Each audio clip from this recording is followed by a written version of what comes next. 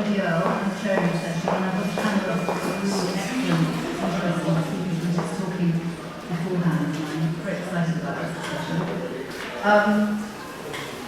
I'm going to give them each 5 minutes. I think many of you have been people earlier said you've probably done this, so quick 5 minutes from each speaker. I can push them to the red cards at them if they start to misbehave. And then we might have a follow-up on that from the panel. Then it's opened up to you to give your opinions and comments and questions. As I say, it's a very big topic, and one of the top reasons why it is such a big topic is because I think the idea of public art is changing, what it is and what it's for. And I think that's one of the things that makes it quite an interesting discussion. So, just to introduce the speakers in the order of speaking. First of all, we have David Fagan over there, who is an elected member of North Lanarkshire Council in in case you don't know, and was once a band member and an ex-art student, and he is responsible for running a committee that decides on the public art commissions in the Glasgow Underground. Then we have Helen Marriage. Helen Marriage is co-director, and I think co-director of Artichoke, which is a company an organisation that creates public art. And she actually is responsible for, I was saying earlier, she's responsible for this event in London a few years ago, the Sultan's Elephant, which I missed and then kicked myself when everybody told me how brilliant it was. And she's currently running 2 light festivals in Durham and in Derry, which is the big next project. Then we have Kristin Brunner. Kristin Brunner is an art critic for the Arts Desk. And she, an Arts Desk instead is a little bit like spikes online for artists and art lovers. And because corresponds with this strand. And she also writes for a range of other publications, including New Statesman, Metro, Prospect, and others, and writes very interestingly and lively. And then finally we have Josie Appleton, who I asked to speak. She's a real commentator on the civic freedom and civic liberty, and campaigns for civic liberties, and wrote a very interesting essay a few years ago on public art. And so I asked her to speak because I think it gives a kind of quite an interesting angle on the subject. So, with no further ado, let me ask David to say a few words. Okay, thank you. I'll try and be brief. My background's been outlined briefly there. I studied drawing painting at Glasgow School of Art, and when I finished at Glasgow School of Art, I almost instantly gave up drawing painting, decided I wanted to do music. I had a band, had a deal, got dropped, decided I wanted to do in politics, and ended up as part of this committee that's commissioning public art for the modernisation of the Glasgow subway, which allowed me to bring some of the experiences I had as an art student and then as an artist into the commissioning process. So what I'm going to do is I'm going to examine the issues around public art through my experiences of commissioning it for Glasgow subway. So I suppose we should say a few words about the value of public art and why we might want public art. I attended one of these events yesterday, and we got into what is art as a question, and I'm sure that we'll end up with what is art here. I would argue we go too long with public art, and there are elements that are specific to public art. Art is art, and you respond to it. But why I think it's valuable, I think that the good public art can provide an enriched experience of public space. And I fundamentally believe that people respond to rich experiences, rich cultural experiences, and rich sensory experiences, and they don't have to be complex in their technique. They can be minimalist in their technique, but they can be rich in their concept. Alternatively, they can have very dense technique as well. I also think that counterintuitively, public do like public art. They may not always like this public art or that public art, but in general, the public do respond well to public art. And finally, I'd like to recognise that when you're creating new spaces, not just honking public art in the space, the architecture and design is itself public art and it's an essential part. And of course, if you look around this complex, you can see that this is a piece of public art. I'll speak a lot about the commissioning process. I'm going to describe two ways to commission, two processes that I see for commissioning. I'm going to call them systematic and creative. So the key elements I see of what I've described as a systematic system to commissioning public art are, firstly, it would involve competition. Secondly, that it would probably be fairly prescriptive for the artist. There would be a tight brief set for the artist. Thirdly, it would often involve an attempt to be democratic and to consult with the public, to consult with partners, and to consult with the community, and to involve participation. Fourthly, and consequentially, it often involves compromise on the part of the artist to deal with all of those elements. Fifthly, as a result of all of that, it can be a very bureaucratic and protracted process. But finally, what that process does is it can reduce risk for the commissioner and for the artist. And I think that's the attraction to that kind of process. It reduces risk in a society where we don't like this, then that seems to be a good thing. You might guess from the language that that's not really the approach that I'm in favour of and I'm taking. And the language I'm going to use is positive, I suppose. And I'm going to say that the other way to select is creatively, where actually the commission itself is a creative process and it involves elements of risk and intuition. So the key elements of that are, I would say, a direct selection and commissioning of an artist, selected by a small group of people, sometimes by one person, taking a risk. Secondly, the brief for that artist should be as free as possible. So, in the case of the underground, we're basically saying there's a space, you're the artist, you respond to that space in the way that you think is appropriate. That's a very, very open brief compared to some of the briefs that they're thinking about public art in Scotland. Thirdly, it would involve lower levels of consultation, possibly no consultation. Again, increasing risk. But that consequently results in a less compromised artistic vision for the artist. And it can result in a much quicker process in commissioning and implementing public art. But the consequential part of all of that is it's a much riskier process because effectively what you're doing as a commissioner is putting your tastes and values on the line to be judged. But the reason that ends up being attractive to me as a commissioner of public art, which I am just now, is that if I'm going to be kicked for a piece of public art that I've commissioned, and no matter which way I do it, I will be kicked for it. I'd rather be kicked for my opinions than kicked for trying to consult and all of that. I'd rather be kicked for my views and my values. Just finally, I'll say a little bit about the tensions that can kick about public art as a politician, as someone who commissions it. Okay.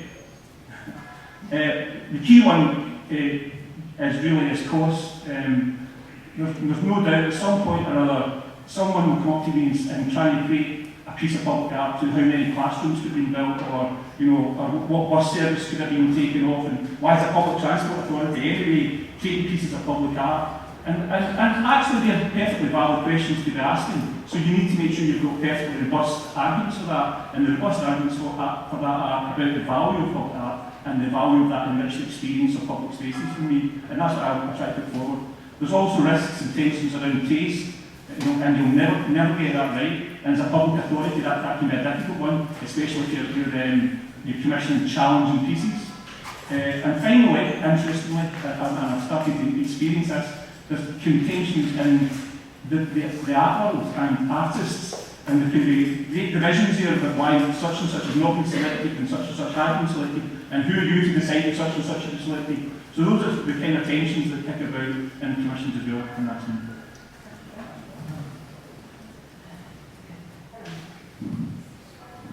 Hello, I'm Helen Marriage. I'm one of the co-directors of Art Show, the company set up about 8 years ago to create large-scale events that invade public spaces but aren't so much in the territory of static public art.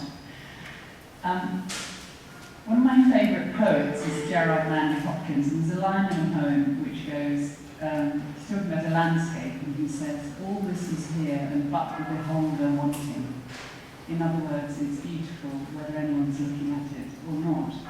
And I'm always struck by our need to put our thumbprint on things, but particularly in an urban environment, it seems to me the instinct to fill a space through recognition, the permanent mission, is to leave a legacy, to change attitudes to that space. The question of who the piece is for, whether it's for the artist, the commissioner, or the public, I think these are interesting questions. I used to work a lot, not in cities, but in more rural environments, and I remember looking at a valley one day. It's called a Dorset Fold, which is a valley which is essentially a split in the landscape. So you have a hill like this, and you have a split which runs like this. And I was thinking what I could do in this valley. So shocking an idea that the camera instructed later.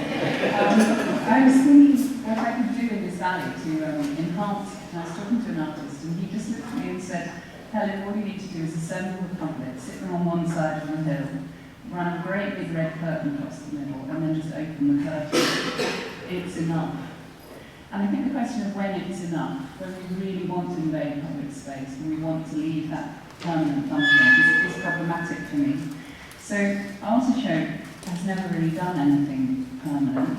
We muck about in public spaces, but really in a very temporary and ephemeral way. Most of our events last 4 days, maybe. The famous Sultan's Elephant ran Thursday to Sunday.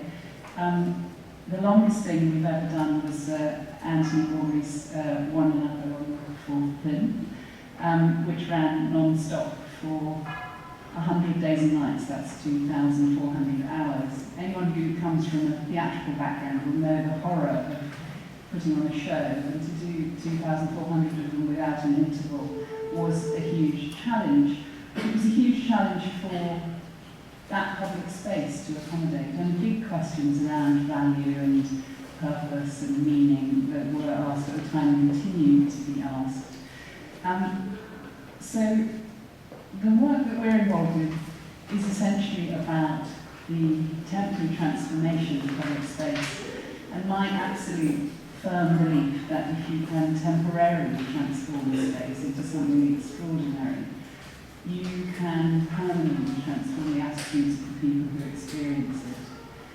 With the elephant, which some of you may have seen, there are many people who continually say to us, I still remember, I can't walk down the Mall without seeing it. These kind of comments that it left this imprint in its wake.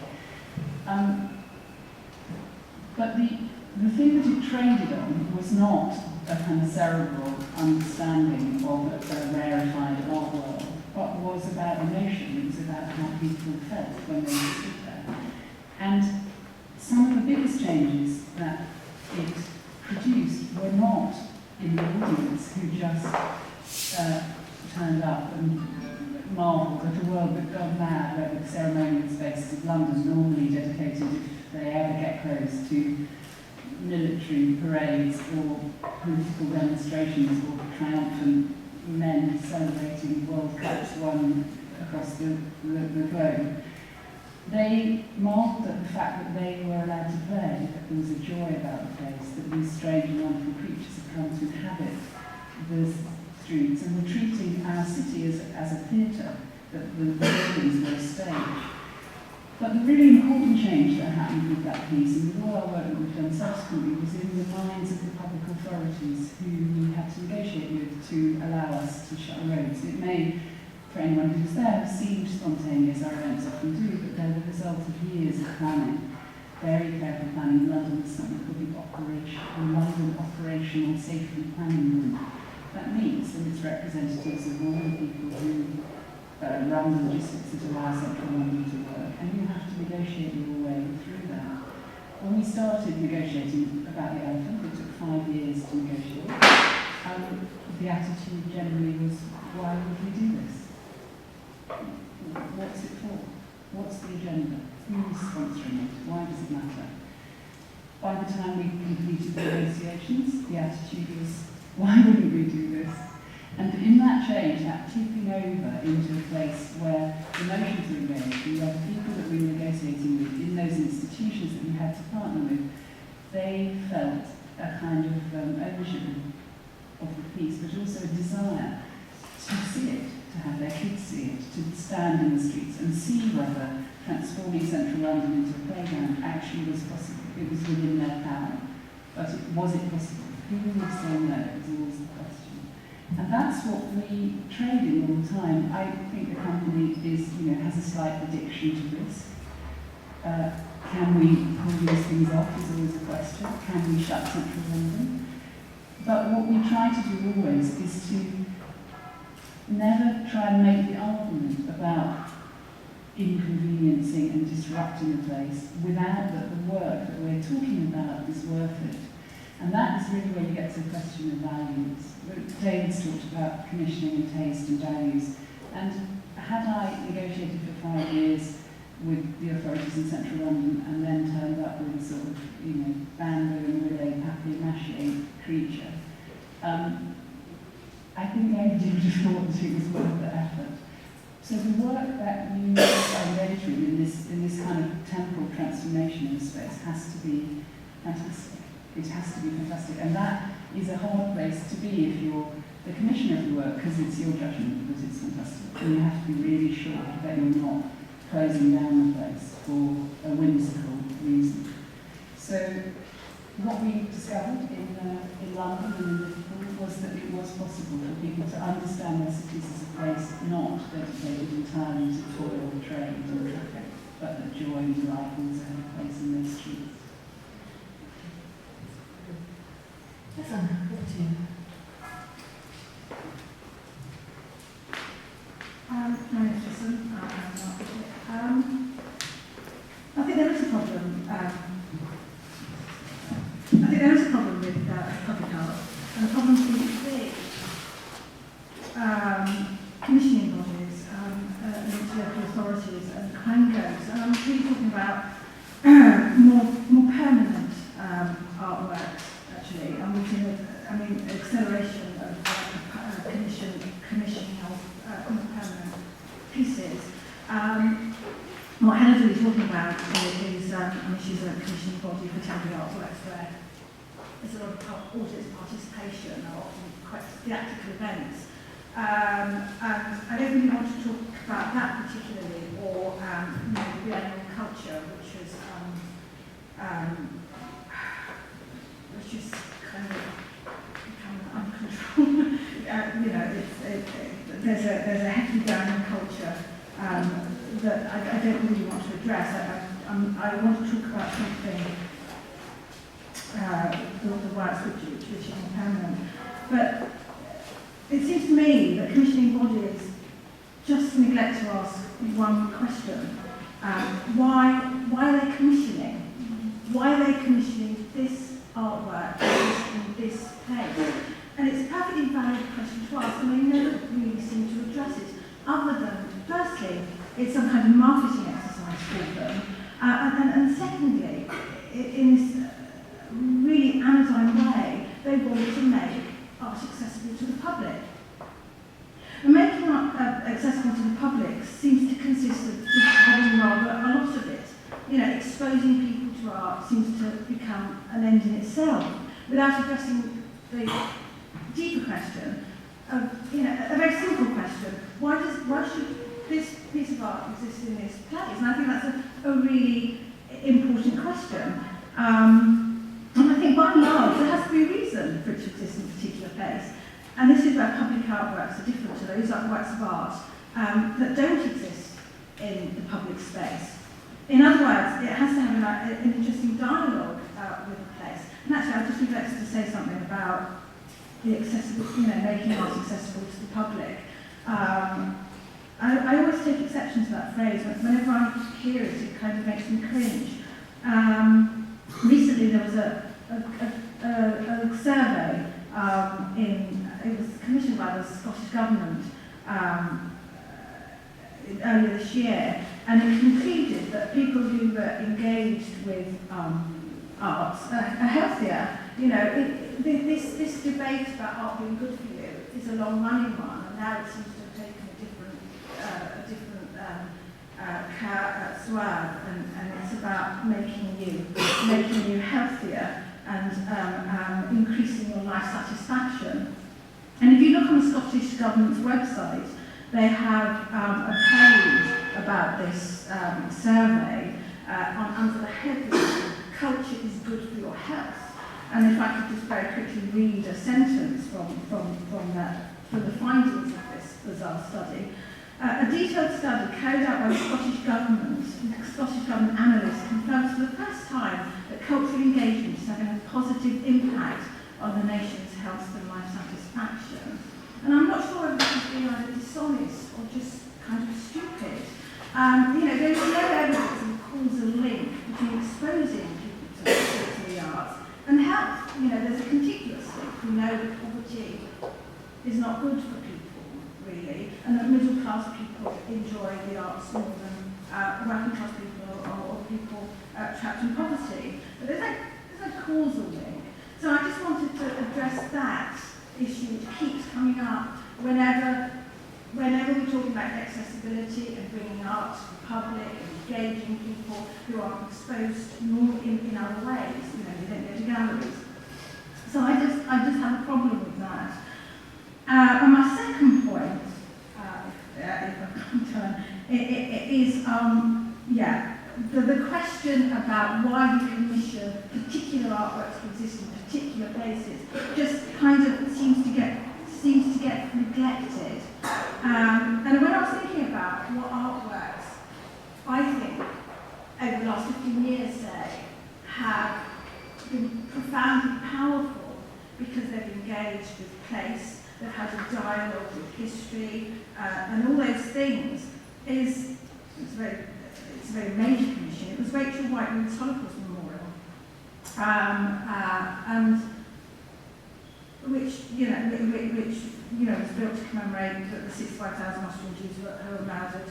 And if anyone's seen it, they'll see how eloquent it is in its silence. It's not a beautiful work. It's stark. It's very stark. It's very it's a kind of lifeless form, really, depicting a library shelf of books inverted so you can't see their spines. And it makes you think of Adorno's famous phrase, there can be no poetry after Auschwitz. It was kind of a profoundly stark, silent, an eloquent in its silence. And, not all art can be that serious or profoundly powerful. There are shorter commissions.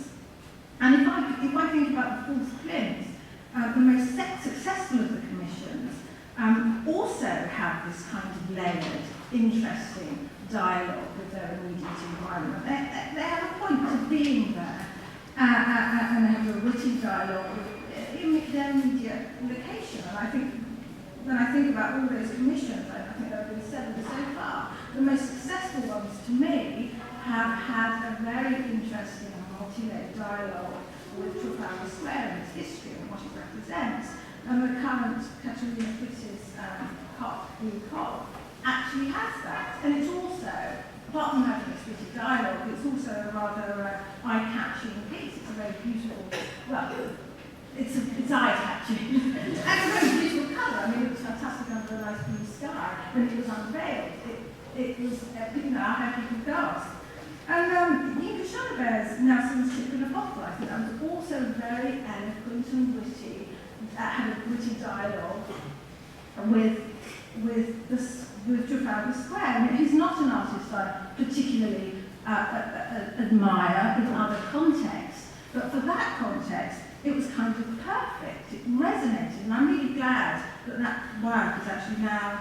Have I got a yellow card? Oh, I was going to talk about art everywhere, but anyway, yeah, okay. Okay, thanks, Susan. Yes, you'll have a chance to come back.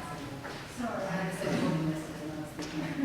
Okay. No, I agree with a lot of what's been said. And I think what's striking really is that on the one hand we're in a great age of commissioning, really quite a far moving greater than the age of statue mania in the 19th century, where every town square was putting up statues to this general or that general.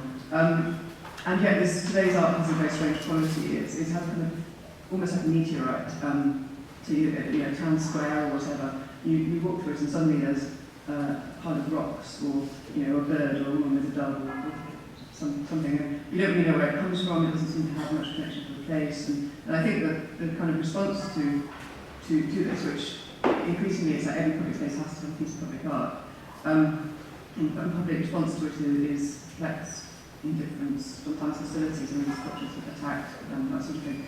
And I think the reason for this is really the detachment of public art from any of the kind of social bases which previous public art came from. And these social bases were either a sort of form of elite public art, kind of Egyptian statues through to Nelson's column, which is very kind of grandiose, didactic, generally leaders bragging about things or their power and authority, which has a certain impressive kind of quality.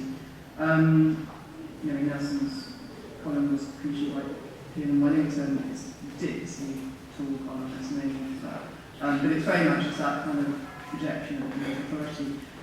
The second basis is populist public art, which tends to be produced much more spontaneously. So rather than being state funded, it will be funded by commissions. People put up posters saying, I want to statue this great guy who helps children with me, or essentially it's funded by the public, it's much more temporary perhaps. So after the French Revolution, there are a lot of plaster casts to liberty that just kind of sprung up quite spontaneously. So that's the second basis. So the third basis of public art is kind of aesthetic public art, which I think you saw after the war with Henry Moore and Hepworth, and it was very much kind of public art as beautification, as a presentation of the best of art was in the open air and in spaces which it was thought gave more possibilities for aesthetic expression. And that sort of became, with artists like Richard Serra, almost a kind of assertion of the aesthetic against the public. So he had very brutal kind of metal sculptures that sometimes cut to a square. It was very much about pure aesthetics, even to the extent against the public. So I think that those, you could say, were the three bases on which public art kind of, whose places it came from, which kind of gave it a rationale and then people could understand it, even if they rejected it or whatever. I think that the distinctive thing now with public art, which is this form that started to emerge in the 80s or 90s, is, as we said, state-funded, so local authorities, lottery bodies, that sort of thing. So very much functionally elite, but it's not didactic. It's trying to do other things. So the documents would say things like, we're putting up the art to create, encourage local participation, or to reinforce local sense of identity, or to make this place feel special, or to put Southend on the map, as I read in one commission document. And it's that sort of idea that we get sculpture and Southend will be a new Barcelona, and it's going to be irresistible for people all over the world.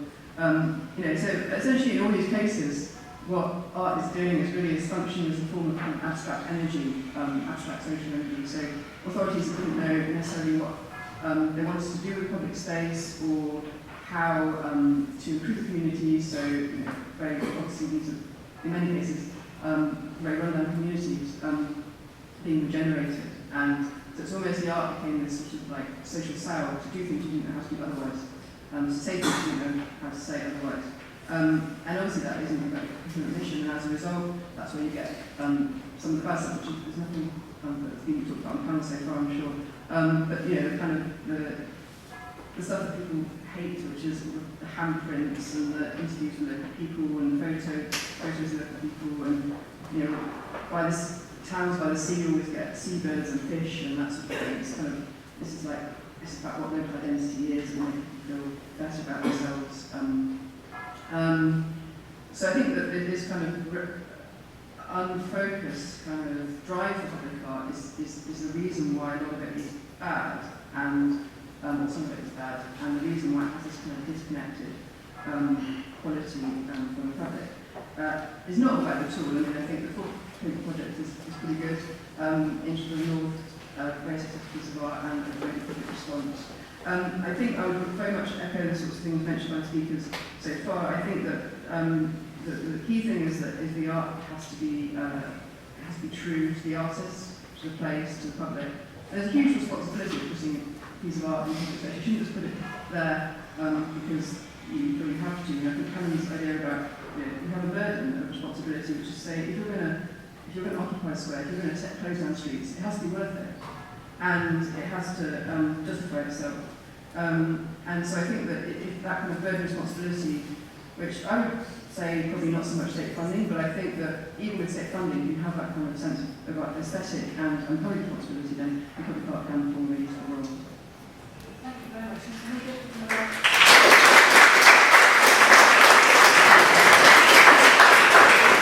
Okay, so before throwing it out to the floor for further discussion, obviously there are lots of issues being raised, and I think one of the kind of key issues which in a way is framed in questions is public art and insult to the public, is how is the public considered in this context? And I'm quite interested in both David and Helen, just a little bit about how you view the public when, and I can recognise what you're saying about, the problem of kind of constant consultation and bureaucracy, removing the possibility of risk. But what are you thinking about the public when you are commissioning your works about? What do you think about how they will respond? And I guess it's a similar question to you, would you? A little bit sort of like, when you're negotiating with authorities, what are you thinking about how the public will respond? What is the kind of the central concern you have? So I don't know if that's between just that question, or if there's anything you can say about it, that not how you say. I'll start with that. Yeah. I'm not thinking of the public at all. Other than what I set out right at the start, which is I fundamentally believe that the public, whichever homogeneous group, respond to rich, artistic, cultural and sensory experiences. Once that's a given, it's really up to the artist to think of the public. Actually, my experience in most artists is they don't really necessarily think too much about the public anyway, because ultimately part of it is about an exploration of what they're trying to do and what they're saying. So as a commissioner, I'm not really getting overly concerned about the public, because I think that would be a futile exercise. Whereas on the other hand, I think about them all the time because I'm in their way. I always make an assumption that we're doing something that people will like, even if in hearing about it before it comes, they think they might not. So the planning that goes, the stuff we do is deliberately disruptive. It would be silly to pretend that the Sultan's Elephant didn't set out to close down central London. I was endlessly told to go and do it in the park, and it would have been a totally different event if we'd given into that pressure and made it less inconvenient. So the sort of dual approach really, which is we would never consult and say, hey, who would like a 40-foot high mechanical elephant disrupting central London for 4 days, because you know what the answer would be. So you have to assume that you can in some way lead people's taste or imagination, but that you have to work out how to facilitate their use of the shared space that you're invading. So, in London we closed down underground stations and we rerouted buses and we dug up pavements and we took out pedestrian crossings and we did tons of stuff that was really, really disruptive. The million people or so who came to see it didn't mind because they were having a lovely time. I guess there were some people who didn't like it and were inconvenienced. We had about 5 letters saying so. And they were really cross. They couldn't get their post out on time on Friday, and somebody drove over Wallinger Road, with that stuff. But you have to assume when you do the kind of work that we do that you are, when I say kidding, that we're doing something which is going to be so bewitching, so entrancing that for most people who come across it, it's going to be a life-changing experience, and that's how we think about it. We think about them, we think about them forever in terms of how they're facilitated, and we think about their response to the work, always hoping that they will share the joy and wonder that these fantastic artists that we're bringing to the public domain have something to say and are responding to a place and reimagining it so that we too, as witnesses, can reimagine. Okay. I suppose just for Josie and Priscilla's, this question of kind of the joy and wonder of art, obviously is a big theme, well, it has been a big theme of discussions we've had over the weekend about art. But one of the things is this, you were making a point about this, that there's just so much there, and there's so much being commissioned, kind of over-commissioning. But perhaps then the kind of ephemerality of temporary art, the fact that it doesn't stay in place, is then a virtue in that context. Is that a good reason that we can say, well, as long as it's not there too long, we don't mind? Is that a sort of, how important should public art be permanent, or should it go away? Yes. Should it be something that's transient and more transient the better?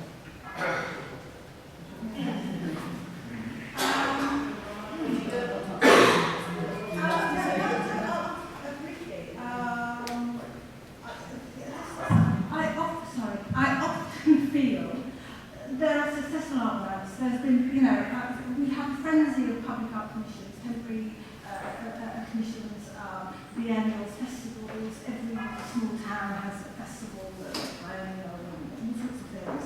There's too much. We're being told to consume all this art, and we're being encouraged to be consumers of art. Feel the wonder, look at the spectacle. I mean, doesn't it feel nice? Yes, some artworks really work on that level, and that's fantastic. But, it's starting to just encourage us to engage with art on that level of as if that's the level that we should be engaging with art. It's art as a marketing tool. We're not being encouraged to be critical agents of art, but just consumers. I mean, the elephant has a place, it's wonderful in work. But there's a lot of other stuff. People say it's wonderful.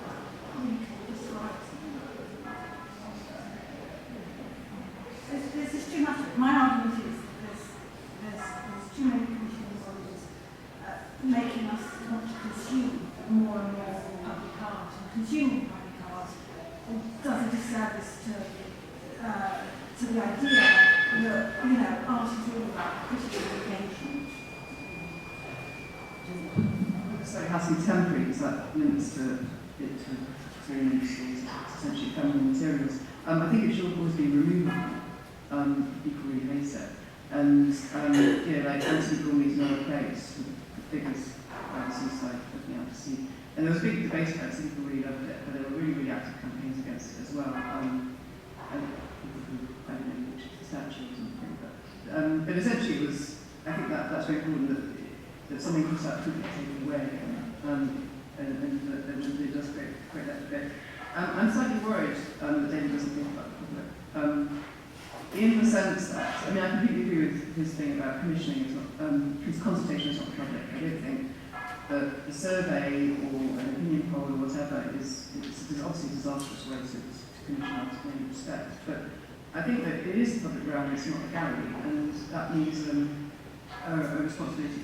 Art is playing a big role there, in the sense that, as Dr. Cohen's talking about, potentially is talking about not just a form of art, but actually a new kind of transformation of public space, and so a way in which the public realm and the streets become an aesthetic experience about playing and relation to others and everything like that. So I think that they are the streets, they're not a gallery, and that means it's different.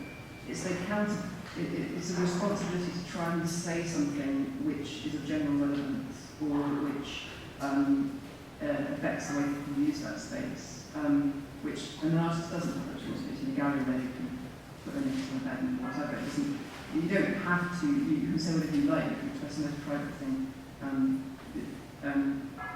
possible, and that's quite effective. But I think you do have to think about the public, but more not in a consultation way, or what you want way, but in a kind of in a kind of honouring, saying what can be said, saying something of universal relevance, and talking to the space and use it.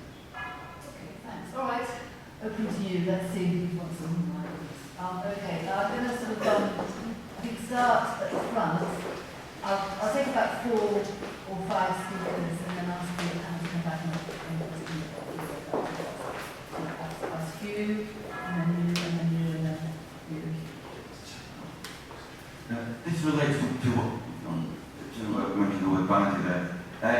struck me that the big problem with art, contemporary art, is we've lost sight of the distinction between what art is and what it's for. I mean, ultimately, what it's for is expressing the elitist scepticism of the artist, right? And if all this comes through, postmodern, relativistic ideas, then the pointlessness of the object can be part of it. For example, if you trace it in the Indian bed, which I think is a completely pointless piece of art, but it's very well expressed as what I think is appalling elitist scepticism.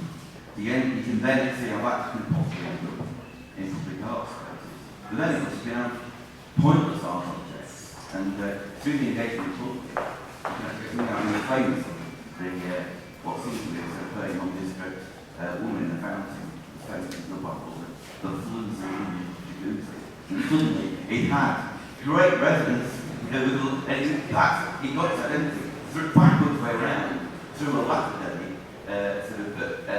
ownership of the public.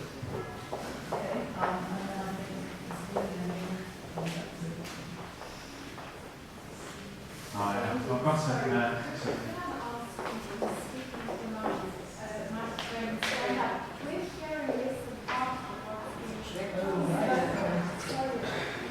I'll stand up and speak into the microphone for everybody. I've got, I think, similar concerns to Peter's concerns about the quality of the interaction with the art.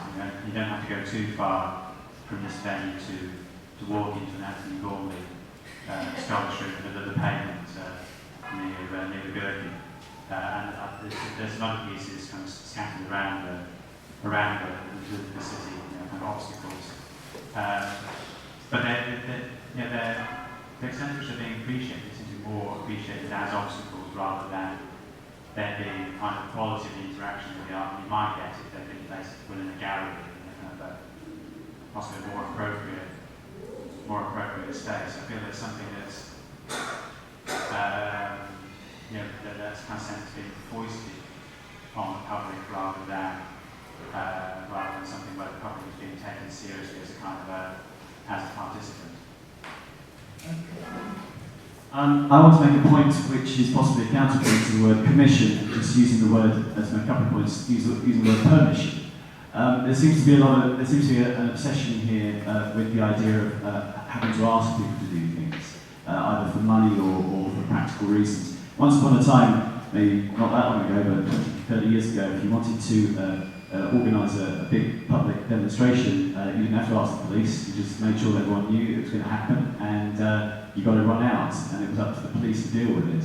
The whole asking the authorities for permission to put art on display seems to be a way of sanitising it in many ways. And in that context, I don't necessarily think that Banksy is the world's greatest artist, but there's a man who at least has taken the view that you don't have to ask permission to put art on public display.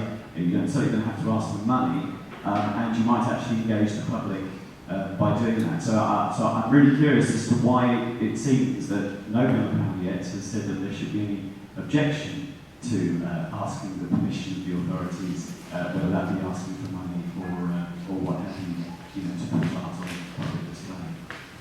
okay, and then let me get some more hands.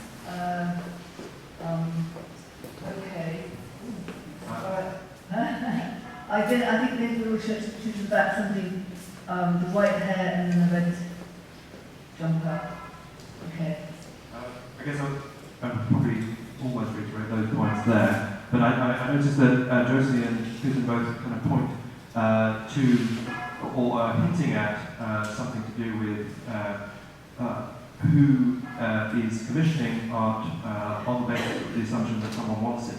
At the same time as public space itself is not something which people have democratic access to in the way that they might have done a generation ago. This point is actually, I think, very important because the more we have commissioned public art, it's lovely, it's lots of art, lots of money paid for artists to do sometimes very interesting things, but it happens in a historical and social moment where, and Joseph will be able to comment on this as much better than I can, when our ability and our right to occupy public space with cultural activity that we want to see happen, or cultural forms or artistic forms that we are interested in, is really at its most constrained, most regulated, and most bureaucratized. This is not just about the idea of a public work of art. It's to do with the fact that if you want to change the facade of your building, or if you want to build a structure in a certain style, it has to go through planning regulations which will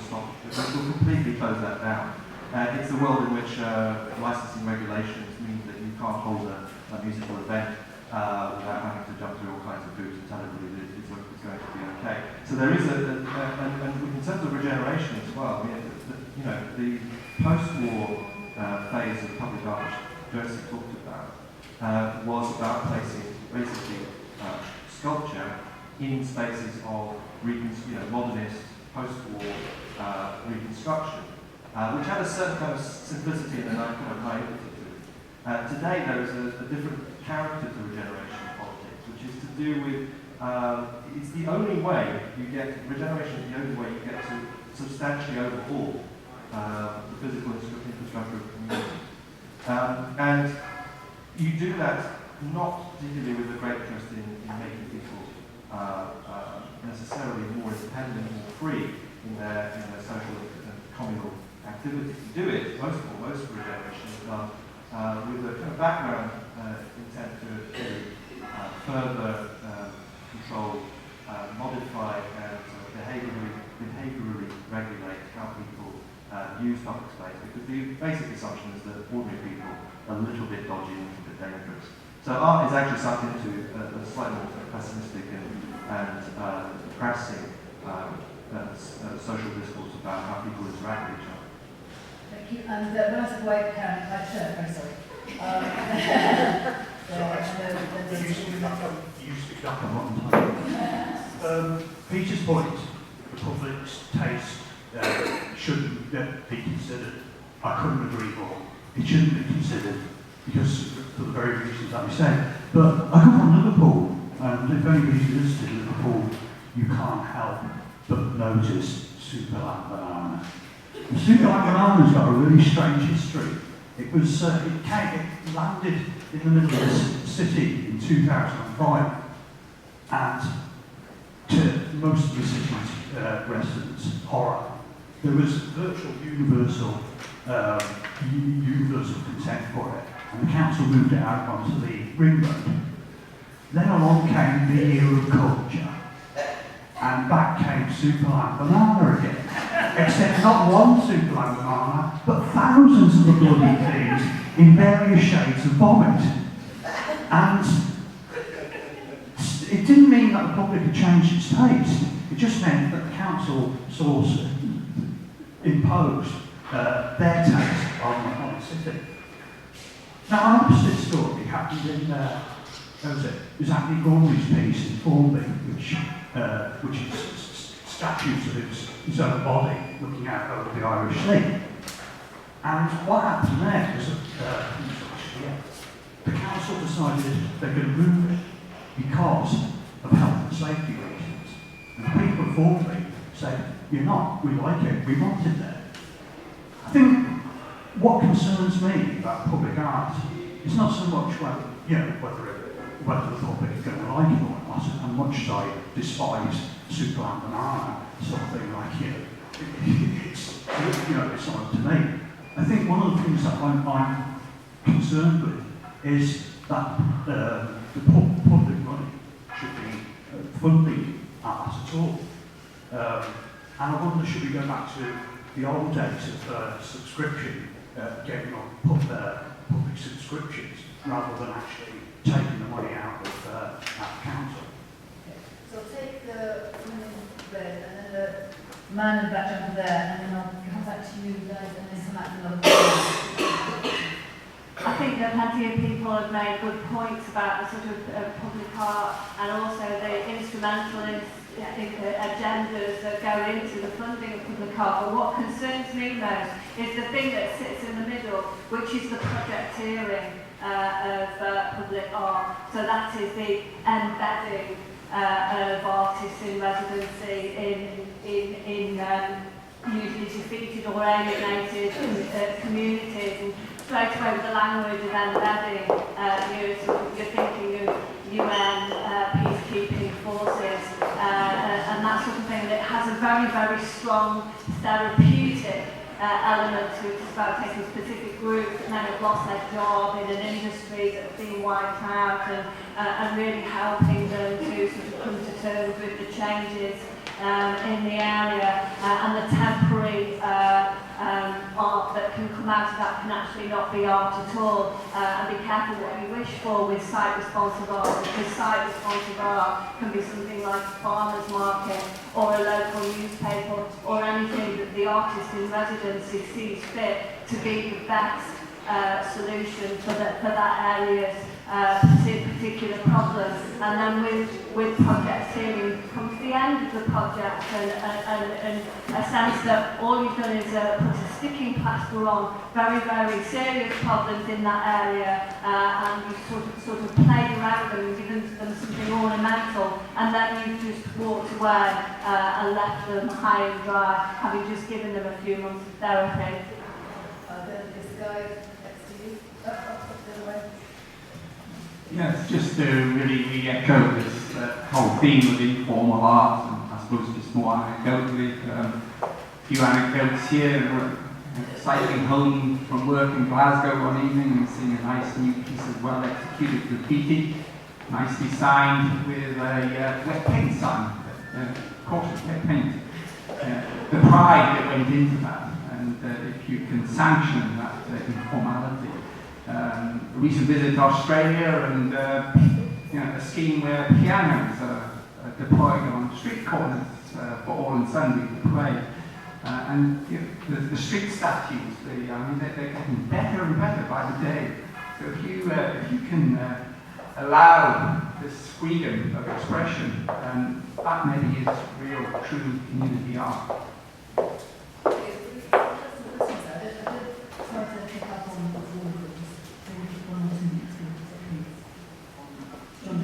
And we need to be very good at it. Who'd like to?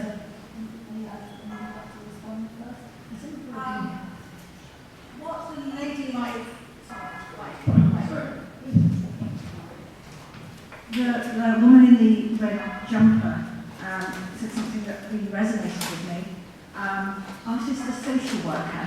I just feel profoundly uncomfortable with that notion of volunteers going in to have a rescue of community out there, community morale. I just think there's something profoundly wrong-headed about this notion of art as therapy.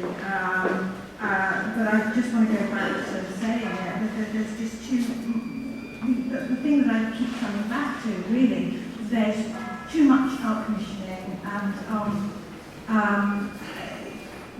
commissioning bodies just don't kind of know what to do with themselves, and so it kind of spills into all sorts of activities, like artists going into all these communities to act as kind of social workers. So what that lady said really struck a chord with me. It always makes me feel profoundly uncomfortable when I read about projects like that. And that's all I want to say. Jez, you want to say something? Some really good points. I think that the description of public artists as UN peacekeeping forces is very striking. I think there is a kind of creative flying squad. You kind of come into a rundown town and kind of give it a makeover and leave. I think that is very much the kind of the estrangement of art from those places and art trying to do something that essentially social policy has given up on. I very much agree with Jojo's point about the fact that public art occurs at a time when the public is actually restricted from occupying a place politically, socially, culturally, so actually having your own informal events. And in some ways that makes me think that perhaps art is almost like the form taken for the narrative of the place, so to replace the public. So not actually to express the public, but to replace the public. So and so almost you don't want those messy interactions, you don't want paving artists and buskers and kids kicking footballs around, and you don't want that. But if you have a statue, then it says this is what the place is, this is the narrative, because a place needs a narrative, because it's a public place. But it's almost an attempt to replace the public conversation that occurs in that place. And so I think that maybe that's even worse than than I was suggesting in terms of not just a distancing from, but almost an opposition from or attempt to replace. And so that narrative is essentially, it's clean, it's anodyne, it's respectable, it's safe, it's middle class, and it means people can't and don't have to use that public place and give it their own narrative.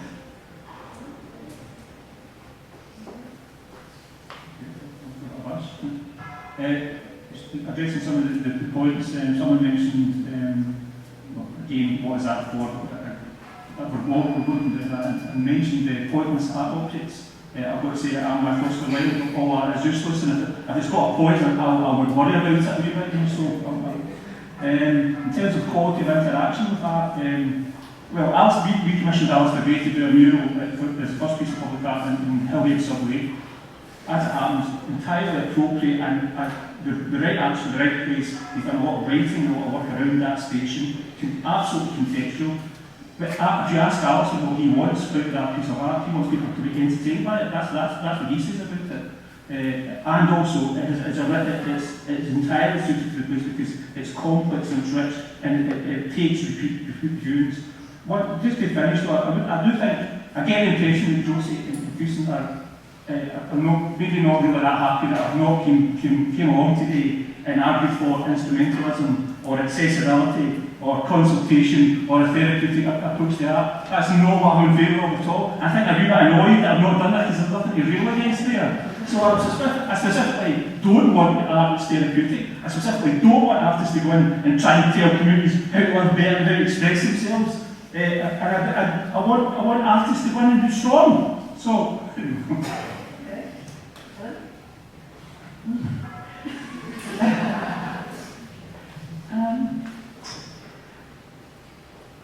I once did this a long time ago in a rural community, put on nearly a permanent piece of sculptural work. It was called The Shades of the Century. It was 100 pieces of British sculpture from Henry Moore and Barbara Hepworth through Rachel White-Reed and Anish Kapoor.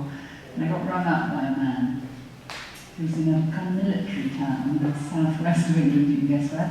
And he said, "Hello, can I speak to the man in charge?" So I said, "I'm terribly sorry, but I'm afraid that's me." And he said, "Well, I wanted to complain about the statue in the marketplace." So I said, "Okay, well, what's the problem?" Thinking, I couldn't think there was anything offensive about that particular work. And he said, "Well, the point is, I would have walked into it if I hadn't been looking where I was going."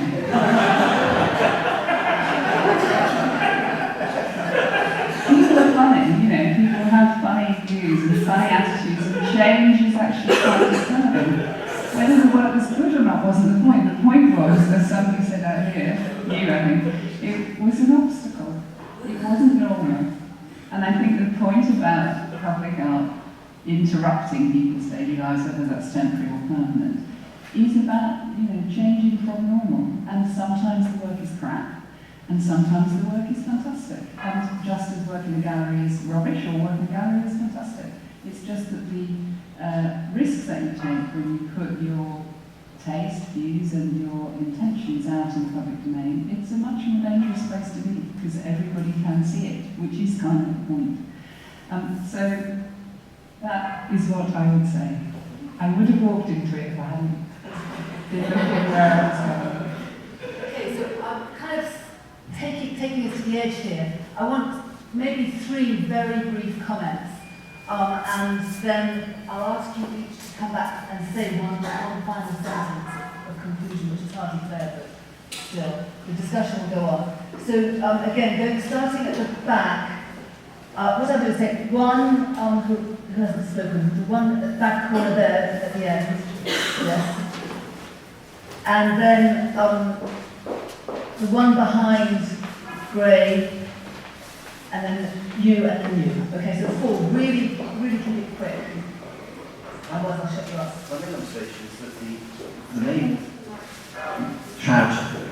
the main activity of sculpture and monumentalism is military sculpture. There's 84,000 monuments in Britain. Next year, 14-18 celebrations are going to be spending 80 million quid, the same amount as the Olympics, on celebrating through cultural events. Something should be memorialised, and art is going to be used in the purpose of the state for that. And that, my point is really, art is really a form of expression of the state. Okay. I've been told it's end of time, so I think I might have to just... Who was the next person? Yes, you, and then you. And it's very quick. Okay. Yeah, I think there is too much seeking public approval of art because as the member of the public, I want to be surprised, not so seeking my approval.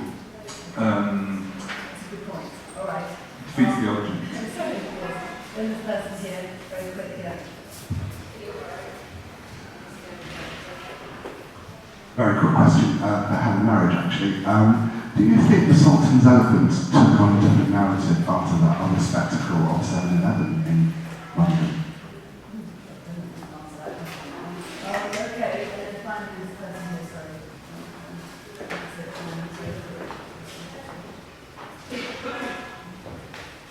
And just misspoke the contextualization, but basically my main idea is that the usefulness of art is as a critical public sphere, as an initiator of a critical public sphere, as theorized by Habermas. So I think that's what maybe public art is most useful for, so maybe think about that. Okay, good. All right, so should we just, David, would you like to sort of do a final sentence and then Helen and then...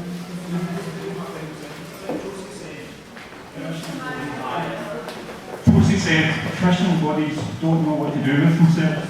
Well, I am a commissioning body and I know what to do with myself. The Sultan's Elephant, it was supposed to be in September 2005, and the 7/11 events happened, and we had to stop it. So, yeah, it was massively affected by people's response to being together in a public space and how safe or otherwise they felt. There are lots of other commissioning bodies who don't know what to do with themselves, I'm afraid, and we do have a lot of art commissioned. Whenever there's a public space, given a few months, there'll be an artwork there. I find that very depressing, but I'm delighted that David has clarified his position, which is which goes against a lot of other stuff that I often read in here, which doesn't echo what David has said about how he commissions art. Yeah, and I was talking about the kind of structural role of the public art institution. I'm sure there are individuals within that, and I'm sure David's brilliant. I've seen it. No, I mean, you know, but I think that you have the right attitude, which is essentially that you do things you believe in. I think that's one of the most important things. So I think that although the structure is working against, very much against something any good, there are always within this, because people are people, where they are good. And I think that a lot of the Gormley stuff is good in the sense that, I sense your frustration in the sense that he's sort of trying to make himself a universal man, perhaps talking a sculpture on every street, but I think there is something that he's doing which does speak to what is a public person, and I think that it does resonate. So I think the individuals within this structure are still doing good stuff, and individuals are also disrupting the kind of dynamic. So the kind of graffiti art, also guy who paints chewing gum. There's kind of ways in which people are using public spaces in that very informal and spontaneous way, are very much in contrary to these trends. So I think that although the structure is bad, I think that the room is always for individuals to do the stuff within it.